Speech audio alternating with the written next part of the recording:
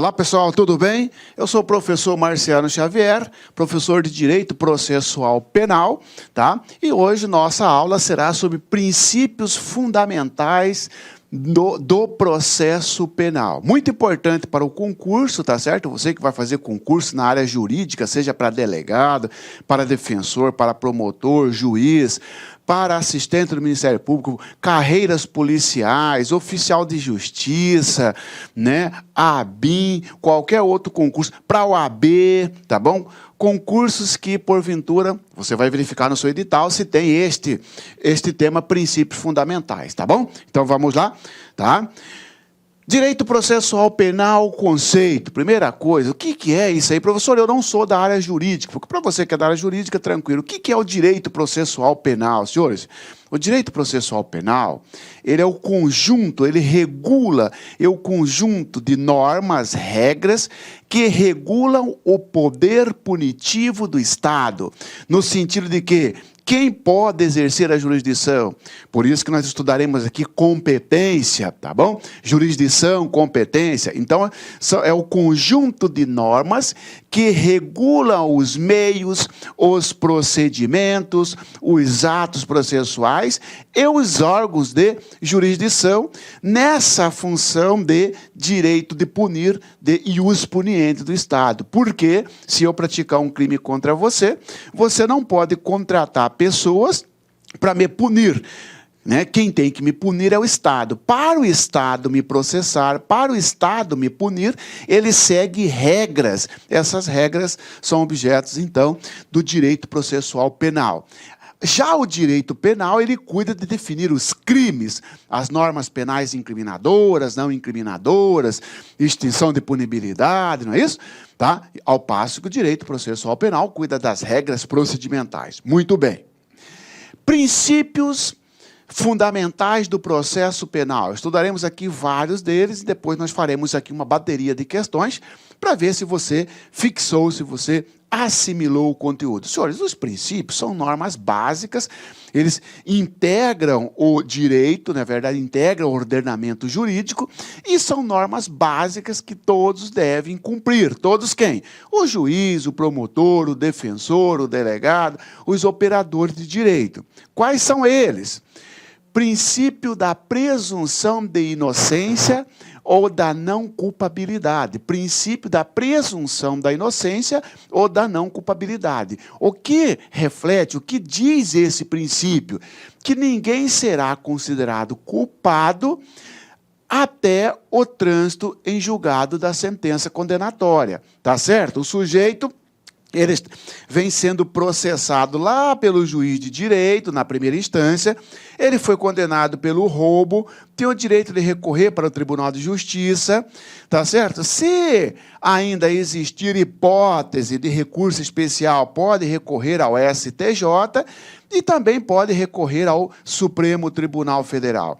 Vejam, senhores, que nós temos 1, 2, 3, 4 instâncias, que o acusado, o réu, pode ir recorrendo. Enquanto não transitar em julgado a condenação lá da primeira instância, ele é considerado culpado ou inocente? Inocente é esse que diz o princípio da não culpabilidade, princípio da presunção de inocência. É uma garantia constitucional, tá certo? Prevista lá no artigo 5º da Constituição Federal, cuja redação é a seguinte. Olha aqui, ó.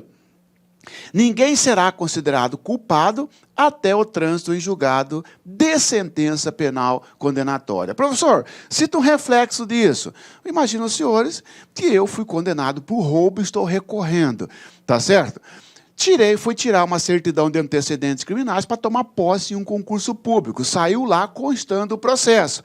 Eu estou com meus direitos políticos suspenso? Não. Mas eu já não fui condenado lá na primeira instância? Já. Mas eu ainda estou discutindo isso na via recursal. Então, eu não posso ser impedido de tomar posse nesse concurso porque estou respondendo a um processo. Ainda que eu tenha sido condenado em primeira instância, segunda instância, se eu estiver recorrendo ainda, porque não transitou em julgado. Trânsito em julgado é o quê, professor? Trânsito em julgado é quando a sentença não cabe mais recurso, já esgotou o recurso, os recursos já esgotaram, já chegou até no Supremo, ou então já chegou até na última instância e não cabe mais recurso, tá certo? Que às vezes a última instância pode ser o próprio Tribunal de Justiça, se não tiver mais como recorrer para o STJ ou para o STF. Aí a sentença se torna definitiva, tá bom? Tá? Professor, e aquela situação de que o Supremo falou de que o sujeito é condenado na primeira instância, por exemplo, por um juiz de direito, né? Recorre ao Tribunal de Justiça, ou então o sujeito é condenado na primeira instância por um juiz federal, recorre para o Tribunal Regional Federal. É o caso do ex-presidente Lula, tá certo? E mesmo assim, ele foi preso, teve uma prisão aqui na segunda instância, pode ter uma prisão aqui, ó. Opa, então cuidado com isso no concurso, senhores, tá certo? O Supremo disse, tá certo? Pelo menos este é o entendimento até hoje, no dia desta aula. Se mudar, eu vou falar para os senhores mais para frente, tá certo? O Supremo sedimentou o entendimento de que, quando a condenação for confirmada por órgão de segundo grau, por tribunal de segundo grau, quando a condenação lá da primeira instância for confirmada por órgão, por tribunal de segunda instância, é possível a prisão do acusado. Ou seja, ele já inicia a cumprir a pena, já dá início à execução da pena, mesmo não tendo transitado em julgado, porque ainda cabe recurso, pode ser que cabe recurso para o STJ, para o STF, não é isso? Ué, professor, mas e o princípio da presunção da inocência? Não determina que ninguém pode ser considerado culpado até o trânsito julgado da sentença condenatória? Sim, isso diz o princípio. Mas quem é o guardião da Constituição Federal? É o Supremo Tribunal Federal. O Supremo Tribunal Federal aí veio e falou o seguinte, não, a execução provisória da pena, ou seja, a prisão do acusado, quando a condenação dele for confirmada por órgão de segunda instância, é possível sim. Ou seja, não ofende para o concurso, você vai dizer que não ofende o princípio da presunção da inocência, a prisão do condenado que for confirmada a condenação em segunda instância, tá bom? Esse é o entendimento do Supremo Tribunal Federal atualmente. Cuidado com isso, tá bom, pessoal? Então, falamos do princípio da presunção da inocência, que está lá no artigo 5º, inciso 57 da Constituição Federal. Princípio do contraditório e ampla defesa, que está lá no artigo 5º, inciso 55. Diz o seguinte, aos litigantes em processo judicial ou administrativo e aos acusados em geral, são assegurados o contraditório e ampla defesa, com os meios e recursos a ela inerentes. Senhores, contraditório, então, nós temos aqui contraditório e ampla defesa. Eu poderia aqui repartir esses princípios em dois. Falar do contraditório e depois ampla defesa. Vou juntar para ficar melhor para você, tá? Senhores, o princípio do contraditório é a segurança, é uma garantia constitucional consistente em que o réu, o acusado, tem o direito de ter ciência da acusação, o direito de rebater uma acusação, o direito de contraditar uma acusação, o direito de contestar, o direito de se defender. Né? Às vezes vai aparecer na prova para você que o contraditório está ligado com a bilateralidade, verdade. Tá certo? De forma que, se você é membro do Ministério Público, você fez uma acusação contra mim, eu tenho direito de ter acesso a esse conteúdo da acusação, ou seja, a denúncia, porque senão não tem como eu me defender, não tem como eu contraditar a acusação. Contraditório é o direito de rebater. Contraditório é o direito de se defender. Contraditório é o direito de ter ciência também de qualquer ato processual. Por exemplo, imagina os senhores, porque como é que funciona um processo? Vamos pegar um procedimento ordinário. Depois do inquérito policial, o Ministério Público oferece a denúncia, se assim entender cabível, O juiz recebe a denúncia, se não rejeitar a denúncia, faz a citação do acusado e o acusado faz uma defesa. O juiz verifica se absolve esse acusado sumariamente. Se não absolver, marca audiência de instrução em julgamento e, no final, sentença. Não é isso? É assim que funciona o processo. Olha o princípio do contraditório. O Ministério Público acusou, o réu vem e se defende. 1-0 para o MP, agora empatou, 1-1. Ou seja, é a bilateralidade. Não vai para a audiência sem antes ter tido a oportunidade de levar ao juiz os elementos defensivos. Isso não tinha até 2008, não sei se você sabe disso. Veio com a Lei 11.719, por exemplo, né, que reformulou o procedimento penal, do processo penal. Ora, senhores, o Ministério Público faz uma denúncia e vem contando uma série de fatos que no dia 25 de abril de 2019, o Marciano, utilizando-se de arma de fogo, subtraiu os pertences da fulano de tal. Ora, antes da audiência, o meu advogado vai fazer uma defesa. Não, Ministério Público, você está equivocado. Juiz, o Ministério Público está equivocado. Porque o Marciano Xavier, nesse dia, não se encontrava nesse local. Ele estava dando aula, por exemplo, lá na faculdade e tal. Olha aqui a filmagem. Olha aqui a prova de que ele não se encontrava naquele lugar. Princípio do contraditório. Você está me defendendo. Você está contrapondo a acusação, tá bom? Então, o princípio do contraditório é uma garantia constitucional que assegura ao acusado o direito de rebater uma acusação. O direito de ter ciência também de um ato processual. Como assim? Como assim ter ciência? O processo está correndo, ó. Juntou no processo uma perícia. Opa! Tanto o MP vai ter ciência dessa perícia, quanto a defesa. Ô juiz, você tem que abrir prazo para o defensor falar sobre a perícia, entendeu? Juntou um documento, promotor de justiça juntou um documento. Antes do juiz sentenciar, antes de tocar o processo, escuta a defesa sobre essa juntada de documento. Esse é o contraditório. Nisso consiste o contraditório, tá bem? E a ampla defesa, porque é o contraditório e ampla defesa. Se o contraditório, senhores, é o direito de ter ciência de todo o ato processual, é o direito de rebater uma acusação, a ampla defesa, olha o nome, ampla e restrita, alargar os meios de defesa. É o direito que o réu tem de produzir todos os meios de prova, tá? Por exemplo, você é meu advogado. Você quer produzir, para convencer o juiz, uma prova testemunhal. A lei fala quantas testemunhas você pode arrolar, quando que você pode arrolar, indicar essas testemunhas, tá bom? Você entende que, além das testemunhas, você vai juntar, vai colocar no processo filmagens, documentos, vai pedir perícia. É ampla a defesa. Ampla defesa significa utilizar todos os recursos disponíveis para rebater, para comprovar uma alegação. Opa, eu estou dizendo que não estava no local do crime naquele dia, e para isso eu vou comprovar com testemunha, documentos, filmagens, passagens, etc. Esse, então, é a ampla defesa, tá bom?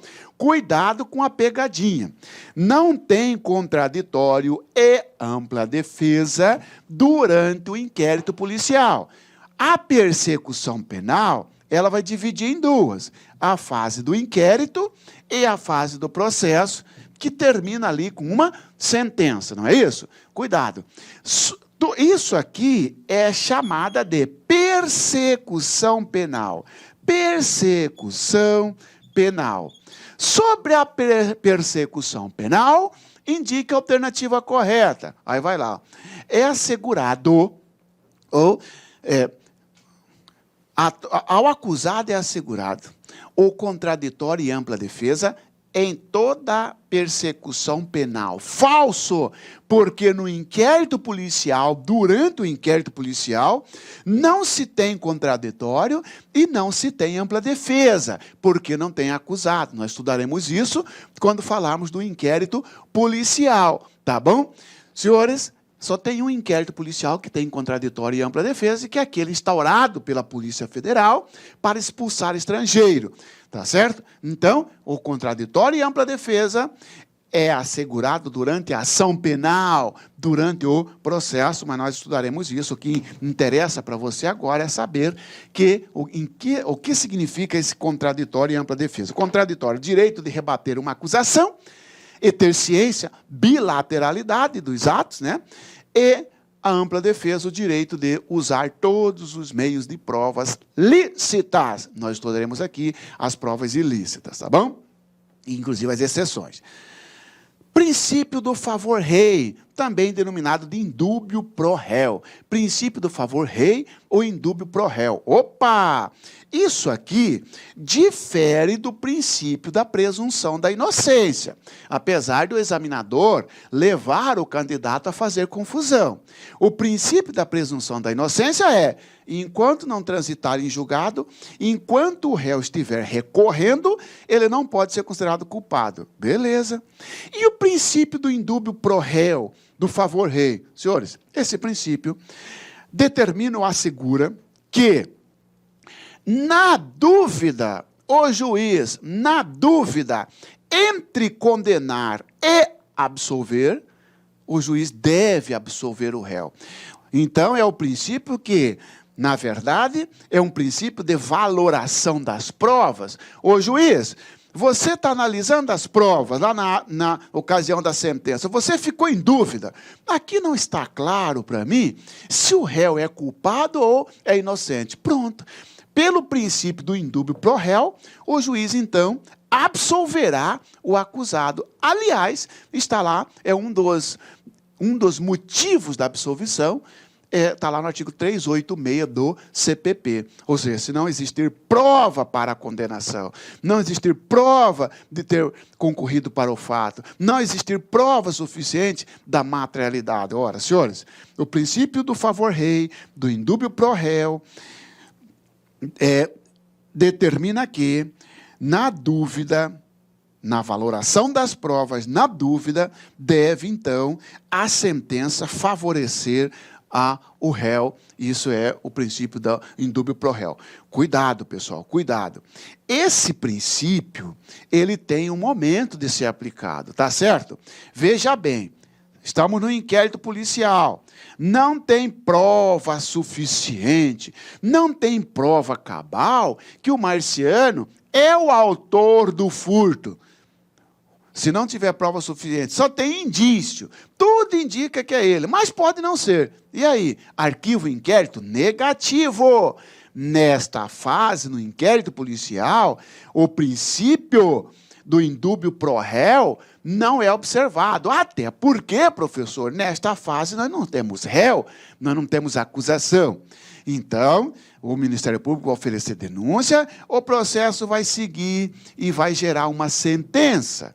Se na sentença ainda persistir a dúvida, aí sim, lá na sentença, após o trâmite processual, se ainda existir dúvida, o réu deve ser absolvido com base no princípio do indúbio pro réu.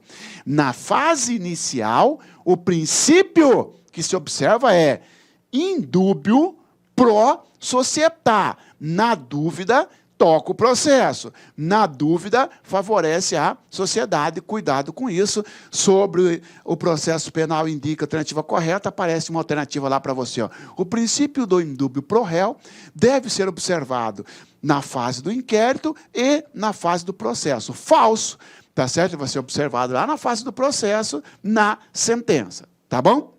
Uma outra observação que eu faço para você são aqueles processos que envolvem crimes dolosos contra a vida. Homicídio, infanticídio, aborto, auxílio ao suicídio, são os crimes dolosos contra a vida, lá do artigo 121 ao 126 do Código Penal. Cuidado com esses crimes.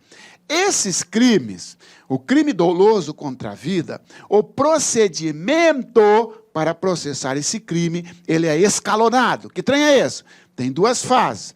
Depois do inquérito policial, vem uma primeira fase chamada sumário da culpa, onde o sujeito será processado perante um juiz singular, porque os jurados vêm aqui, ó, tá certo? Antes do sujeito ser mandado a júri, o sujeito está sendo acusado de um homicídio. Antes de ser mandado a júri, ele passa por um juiz de direito, e o juiz de direito vai instruir o processo, e no final da primeira fase, o juiz vai dar uma decisão de pronúncia, ou de impronúncia, ou absolvição sumária, ou desclassificação do crime. Tudo isso você vai aprender, tá certo? Só quero dizer para você que o princípio do indúbio pro réu não se aplica na primeira fase do júri dos crimes dolosos contra a vida. Por quê? Na dúvida, temos dúvidas se é o Marciano o autor dos disparos. Mas tudo indica que sim. Existem indícios suficientes. Aplica-se o artigo 413 do Código de Processo Penal. Ou seja, na dúvida, absolve o Marciano. Nesta fase, não. Na dúvida, manda o sujeito para júri, porque a pronúncia é uma decisão que submete o acusado ao julgamento do Conselho de Sentença, dos jurados, do Tribunal Popular, do Tribunal do Júri. Muito bem. Nesta fase do Tribunal do Júri, que é a segunda fase, tá certo? É o plenário, é o iudício accusationis. Aqui sim, na sentença, podem os senhores jurados absolverem o réu com base na dúvida? Pode. Pode, porque agora pode, no final, pode aplicar o princípio do indúbio pro réu. Então, cuidado, senhores, se cair para você lá, que o princípio do indúbio pro réu deve ser observado na fase da pronúncia, você toca um falso.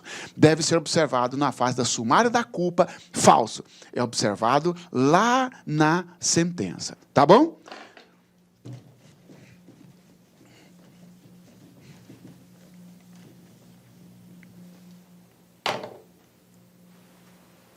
Princípio do juiz natural. Princípio do juiz natural. Princípio do juiz natural. Tem assento constitucional, está lá no artigo 5º, inciso 53, que diz o seguinte: ninguém será processado,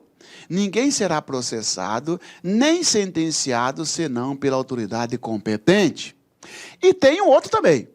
Lá no artigo 5º, inciso 37 da Constituição Federal, não haverá juízo ou tribunal de exceção.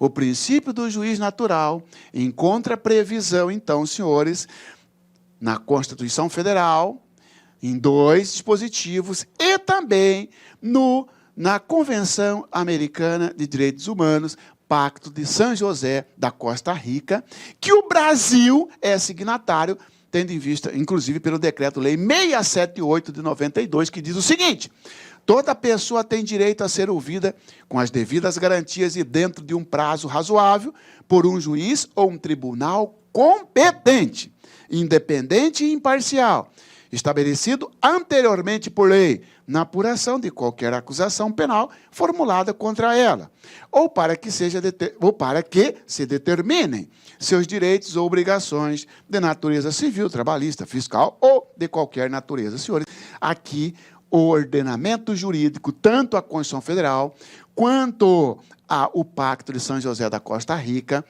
asseguram o princípio do juiz natural. Que trem é esse? Que princípio é esse, professor? Senhores, o princípio do juiz natural, ele tem 2 impactos, tem 2 desdobramentos que você tem que prestar atenção. Primeiro, tá? Princípio do juiz natural.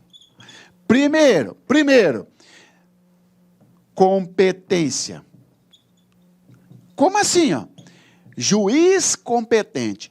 Todo acusado tem o direito de ser processado por um juiz competente.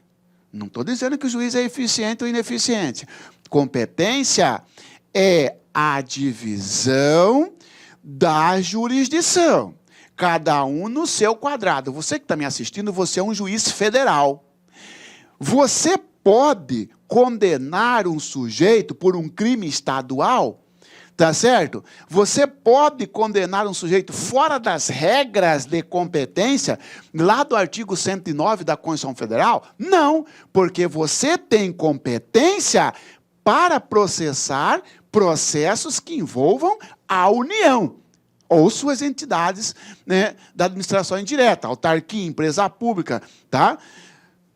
Senhores, eu pratiquei um furto, não furtei bens da União, não tenho interesse da União. Quem é competente para me processar e julgar é um juiz estadual do local onde o crime se consumou. Ora, então o primeiro impacto, por isso que vem todo acusado tem o direito de ser processado, de ser julgado por um juiz competente. Quem vai definir a competência é o Ministério Público? É o advogado? É o defensor? É outras autoridades? Não. Ah, mas eu quero que meu processo caia com o juiz fulano de tal. Não é assim. A competência já está previamente definida em lei. Previamente definida em lei. Ou seja, se a lei fixou que a competência para processar e julgar um crime envolvendo Maria da Penha é a vara especializada em violência doméstica, ah, mas eu não quero porque aquela juíza lá é muito dura. Dane-se, dane-se. A lei fixou a competência. Ah, mas o Ministério Público não quer porque a juíza é benevolente, né? Muito legalista, é muito do lado do réu. Dane-se, tá certo? Porque o juiz natural, naturalmente competente, é aquele cuja competência esteja prevista em lei. Não cabe a mim, advogado, decidir. Não cabe a você, promotor, a você, juiz. Tá bom? É a lei que vai definir de quem é a competência, tanto que nós temos uma matéria específica sobre jurisdição e competência. E o outro desdobramento é vedação, proibição para criar juízo ou tribunal, você já sabe, de exceção. Proibição de criação, proibição de tribunal ou juízo de exceção. O que é isso, professor?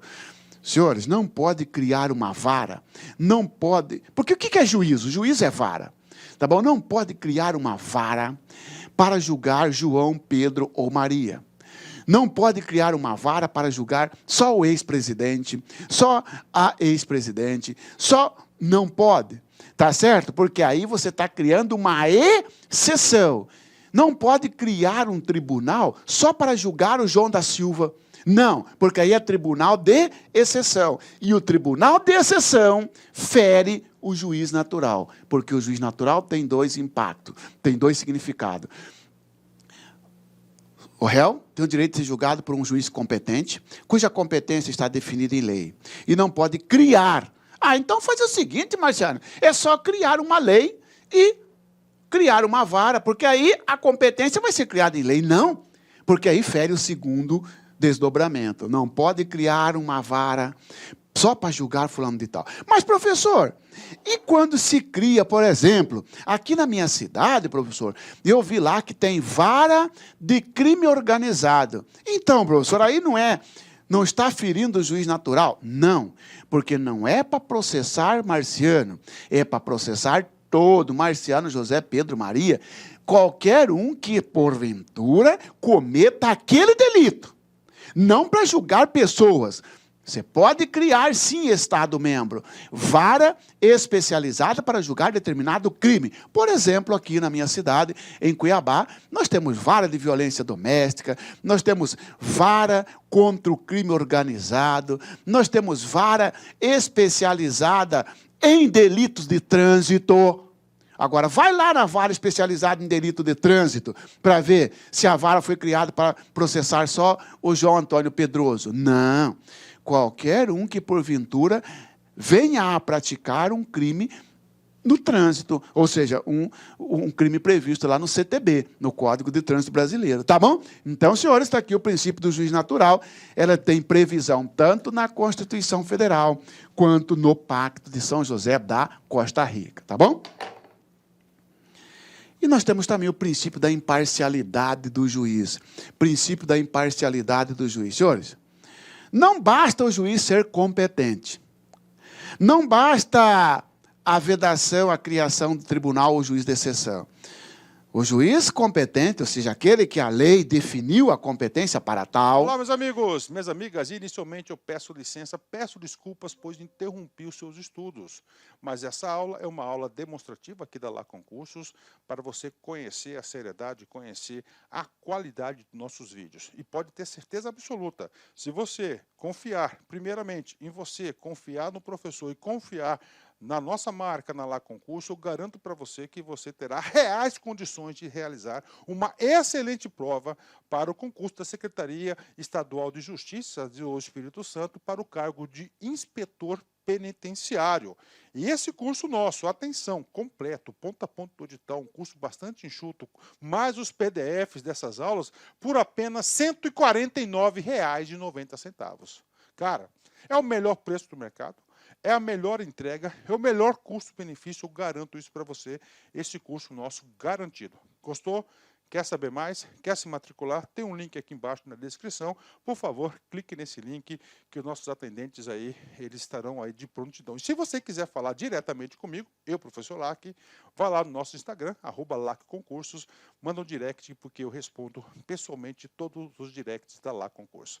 Forte abraço, fique com Deus, espero vocês. Tchau, tchau.